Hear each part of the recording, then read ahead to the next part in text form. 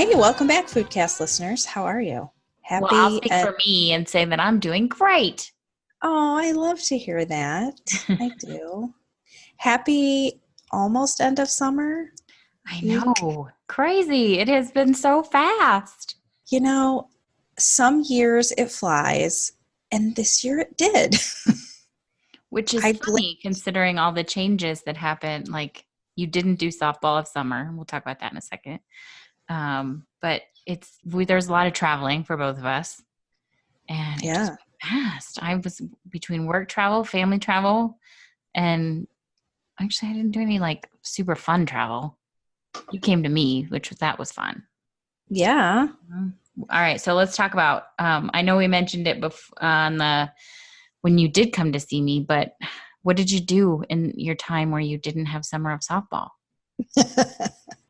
um, it's funny because the entire month of July was a whirlwind. It was. And it was. And my birthday is right in the middle. So it's usually like pre-birthday the 2 weeks before and post-birthday the 2 weeks after. I have no idea. Like the whole thing just went poof. So yeah, I had a good time in Denver. Yay! We had a good time on our road trip to New York. Yeah, most of it was good. Other than Yeah. that, Well, funeral part. but the trip part was The good. trip part was fun. It Yeah. wasn't awful because we both were kind of. I mean, it was a 14-hour drive there, and then 2 days later, a 14-hour drive back. And so we both were a little nervous about cabin fever and just it being really long, but it really wasn't that bad. No, it wasn't. The worst part for me was 2 days later, I think the exhaustion set in. Mm-hmm. And I went to bed at 8 o'clock for like 3 nights in a row. Yeah, same here. I was pumping vitamin C and inner defense to make sure I didn't get sick because that was a lot of travel. And then Oh I no, I added got sick. I added two air flights on there as well. So all the cooties associated with that. So I was impressed. I was very tired for about a week, but I didn't get sick. Knock on wood. Well, at least we know we still got it. Yeah, we can still road trip.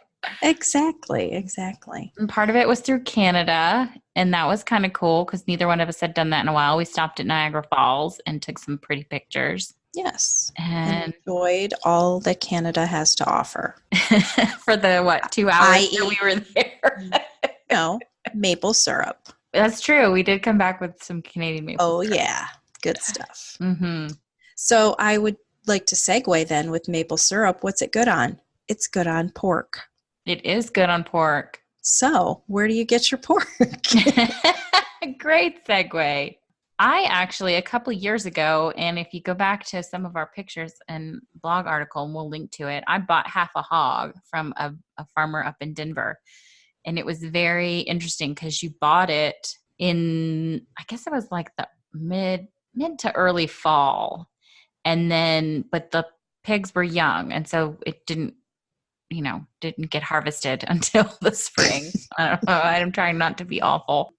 But it was interesting. And I got to go meet the farmers, and it was from this place called 5280 up in Denver. And they do pork and they do chicken and they do beef as well. But for the pork, you have to buy at least half a hog, if not the full hog. And so, but then you get all the cuts with that. And then they threw in a bunch of lard for me as well. So I rendered that down and we had some awesome fat hanging around for a while. But it was nice to meet the farmer. And then Yeah. for beef, for a lot of years, we were buying from Lassiter Farms. But Bob finally told me, I don't know, recent, that he didn't like it because it tasted Oh. it was too gamey. So I guess the wildness of the beef he didn't love, which I didn't notice, but he said he just didn't love it. So we're going to shop around and see if we can't find a couple other local places that maybe have, maybe they're eating clovers instead of just pure grass or something. But the taste is different. So, but that's where we get our meat. Where do you get your meat? Well, I get my meat. We do get our meat from Costco. We get our Yeah, we get some ground stuff meat in there. from there. And local farms that I use here, I use Farmer Nick, and he travels around to a lot of the, what are they called? like a farmer's market-y kind of an idea. Mm-hmm. And also Green Fire Farms.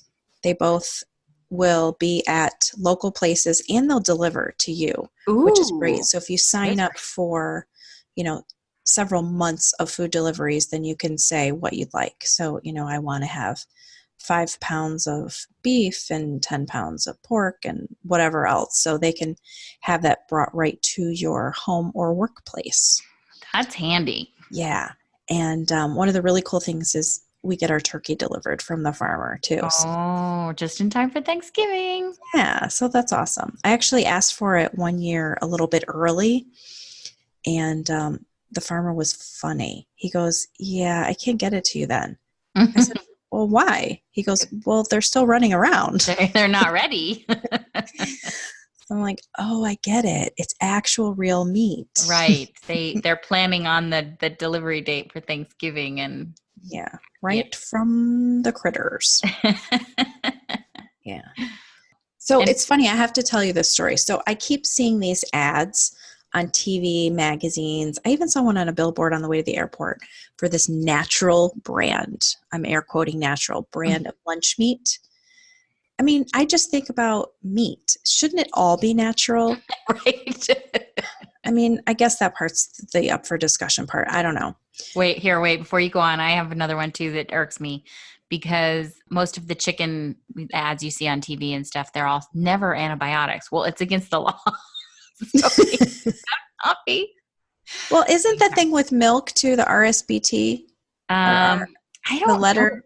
Yeah, I think that RBH. one's I Yeah, think that one has been eliminated as well. Maybe not. maybe I not honestly don't know. officially, but I don't think anyone like uses it just because of all the hoopla and no one wants it. Yeah, so I'm sure they've come up, some Yeah.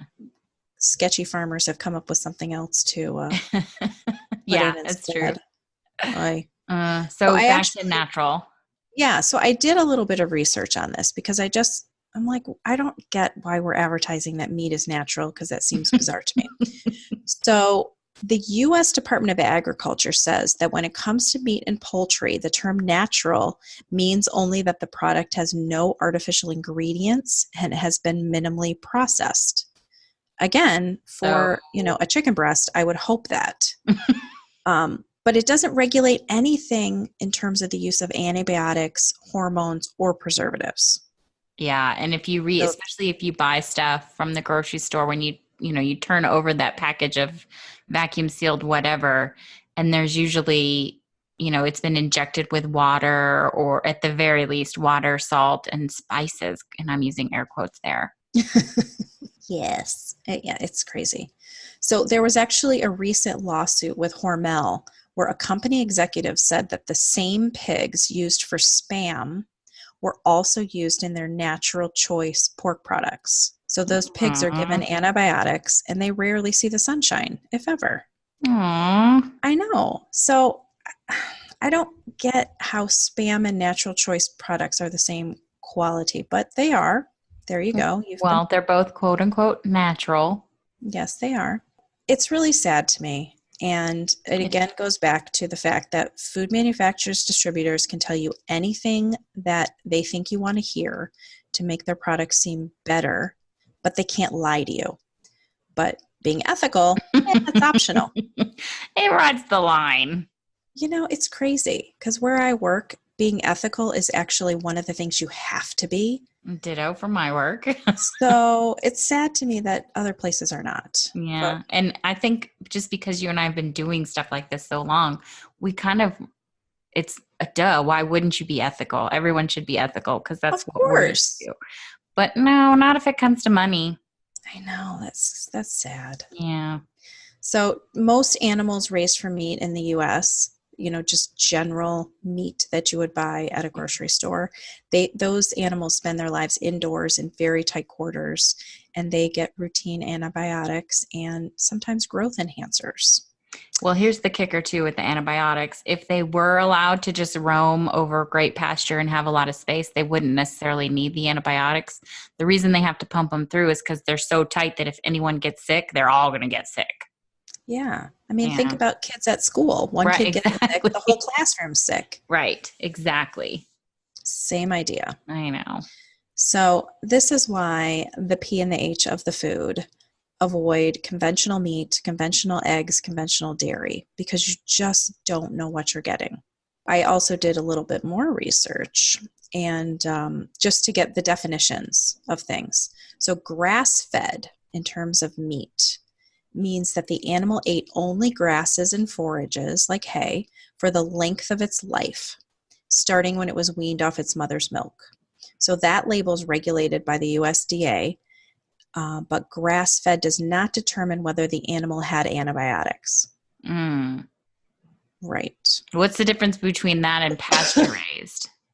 Well, pasture raised means that the animal had access to the outdoors for at least 120 days in a year, but it doesn't regulate what the outdoors was. So, I mean, it could have been a field, a beautiful field of flowing grasses, or it could have been a parking lot. Aw. Well, Again, not so ethical. well, you know. But they're not lying. It's outside. Good Lord. Yeah, I don't park my car. Okay, then how is organic different? Excuse me. So organic on foods has very strict regulations about how the food was produced. So any products labeled organic must contain at least 95% organic ingredients with no synthetic growth hormones, antibiotics, pesticides, biotechnology, synthetic ingredients, or irradiation used in the production or the processing. So meat labeled as organic comes from animals that have been raised on organic land without prohibited pesticides. But it doesn't mean they were pasture raised. That's what I was just going to ask. So you want to try to find something that was grass-fed, grass-finished, pasture-raised, organic. Yes, you want all the words. All the words. Yes. Yeah. So the farms that we both talked about here, we've met the farmers. I haven't seen the farm, but you can take a spin in your car and go check it out. But we trust these farmers because they humanely raise their animals. If the farm is small, or maybe they haven't been certified for the USDA yet, they can't use that term organic on their products, but they'll tell you what they're doing, with their animals and with their land and how they're feeding their animals. So you can then make that decision whether or not you think that it's organic enough for you. Yeah, because it's very, very expensive to go through all that certification to get that label from the USDA, which is sad. Well, it is sad. And that's why you'll see that farms that call themselves organic are usually a much larger farm. Whereas, some local person that has, just maybe a few acres and they don't do a huge business yet, they're starting out or what have you, they just can't afford it. But that's okay because they're local and we like them too. Yeah, and if you can check it out, then, you can see with your own eyes what they're doing. Yeah. We're not going to discuss the difference in the nutritional value of the meat. Just suffice it to say that our opinion is we choose to eat the best quality and the real food. To us, that means organic, grass-fed, pasture-raised, all of the above. And we are going to support our farmers that are committed to treating their animals humanely. Indeed. The end. The end. Yes. So as you plan your Labor Day, which actually today is Labor Day, so you may have already planned it, but your next barbecue, as you plan, think about those things that you're, feeding your family and what it means to you. For sure. So ditch those crappy burgers at the store. I mean, I realize they're cheap, but cheap doesn't mean good. I know. If you have to cut elsewhere, I would recommend that versus cutting for your proteins and your veggies if at all possible. Yeah. You don't even have to get stuff directly from the farmer because most of the grocery stores have lots of choices nowadays. So you can really get better things at any store you go to. I mean, maybe not if you're getting your hamburgers out at like the drugstore, but if you're doing that, we have other problems. So. Oh, yeah. Read your labels. Take a look at what you're doing. Do a little research on the company or the farm. Yeah, and that goes for everything that you buy. Do a little research if you can. Sure. Everyone's got a phone. You can stand in the store and do some Googling. All right. So that wraps up this week. Welcome back. Happy fall. Woohoo! No, I guess we're still a couple weeks away from official fall. It's not fall yet. Stop. But it's end of summer. I guess It's summer still break. summer. It didn't snow yet. Well, I mean, maybe Yay! but it doesn't count. I know. But welcome back, and we'll be popping into your feeds regularly again. Season 3. Woo! All right. I know. Don't forget to sign up for our newsletter at foodmoose.com. Find us at Food Moose on Facebook, Pinterest, Instagram. We'd also love it if you subscribed or if you told people to subscribe so that they can be our friends. Tell all your friends. Tell all your friends. If you can, write us a review wherever you found this. Apple, Google, Stitcher, all those fun places. And I guess that's it. Till next time, let's all go live for real. Moose out.